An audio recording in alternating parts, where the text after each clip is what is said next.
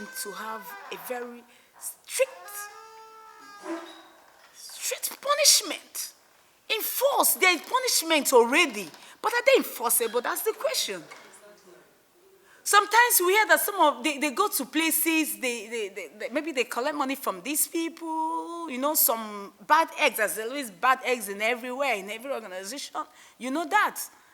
So we are calling on the government to put more effort. If they are really sincere in making a better Nigeria, we are calling on them to make sure that we are calling on the judiciary, most especially. Let there be punishment. And let the punishment be enforceable. That's what we're calling. And we're calling on every reasonable Nigeria to support this cause. Even if it means financially do it. Because you don't even know. We are in the street, we'll tell you let me even say it loud, that most of the rich people are the ones that indulge in drug abuse. So if you have money, put it. We'll tell you that. Most of them are the rich people. The poor ones that do it are those ones that already, they have no parent. They are just already in the park. That nobody, no reasonable poor person that indulges in drug abuse. So we're calling you that is worthy enough to support this fight anywhere. Morally, financially, however you can do it. We're calling our religious fathers, mothers, preach it in the church. Preach it in the church. Preach it in the school. Let there be guidance and counseling with it. Let there be club. Before they used to have it, but I don't know if they still have it, if it's still functional, even though NGOs were out. We're calling on NGOs. Come out. Go to schools. Go to streets. We, Nigeria Female Youth Organization, we, Missions Youth Initiative for Sustainable Development, we are out. In line with our project coming up, National Female Youth Conference. We are out to discuss drug abuse and to make sure that we stop it. We are ready. We are active. Thank you. So when is the female youth on the first National Female Youth Conference? First National Female Youth Conference will come up by August by the special grace of God. We have gone to places, we have made we're with the Office of the DSS Director, we are with the Ministry of Finance, we are with the Ministry of Justice, we are with the youth. We are everywhere, and we're still moving. We're also calling on the reasonable Nigerians to join us in First National Female Youth Conference, because that's where the Female Youth Charter is going to be produced. First in Nigeria, first in history. To end drug abuse, everybody must join hands to do that. All hands must be on deck. You don't have to wait for NDLEA to do every job.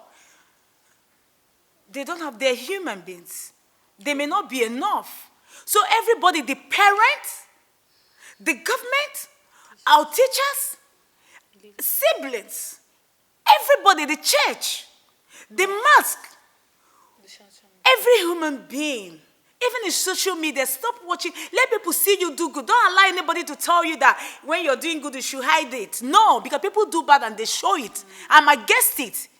Whatever good I'm doing, I show it to the world so that people will copy. Because people copy what they see. They don't copy what they don't see.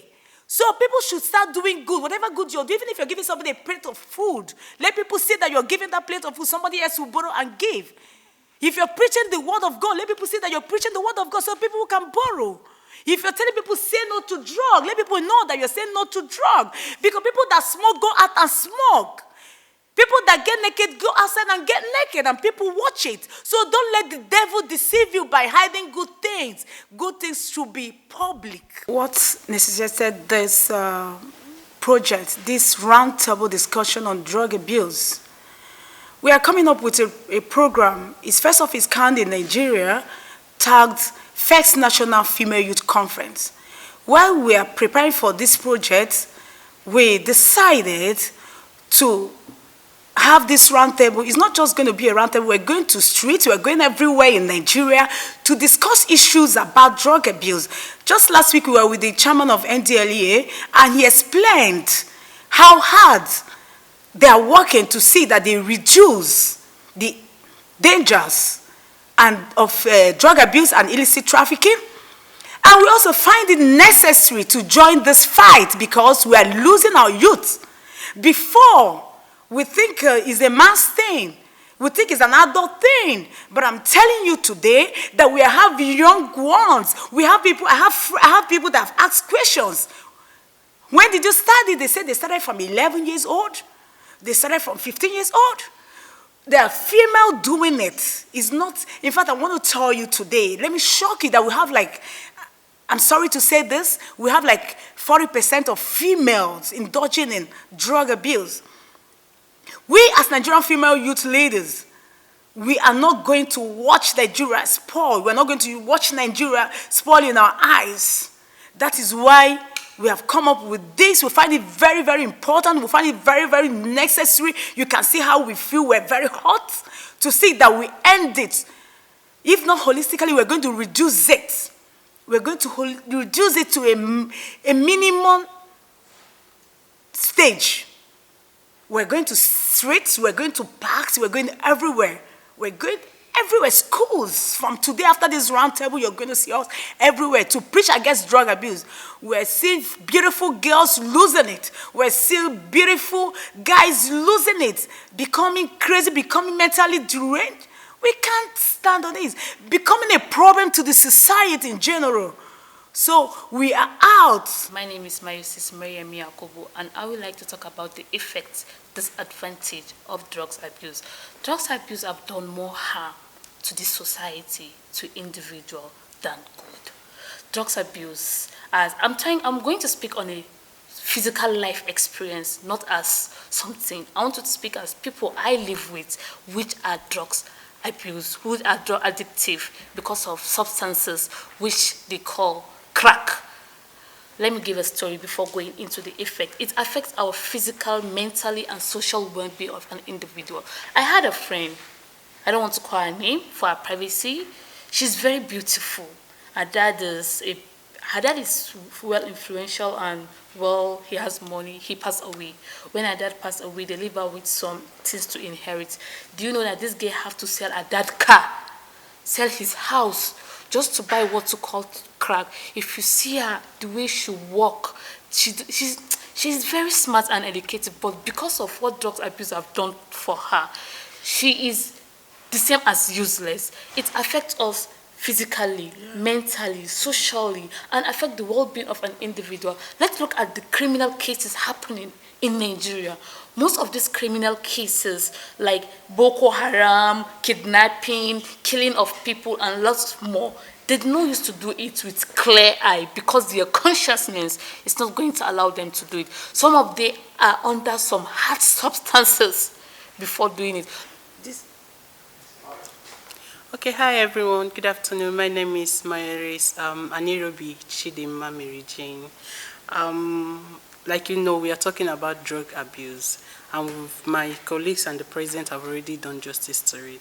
So, and the last speaker talked about how we can curtail it, talking about the government, the teachers, and sometimes you find out that the children, small children, also engage in this. So this is where we call on parents.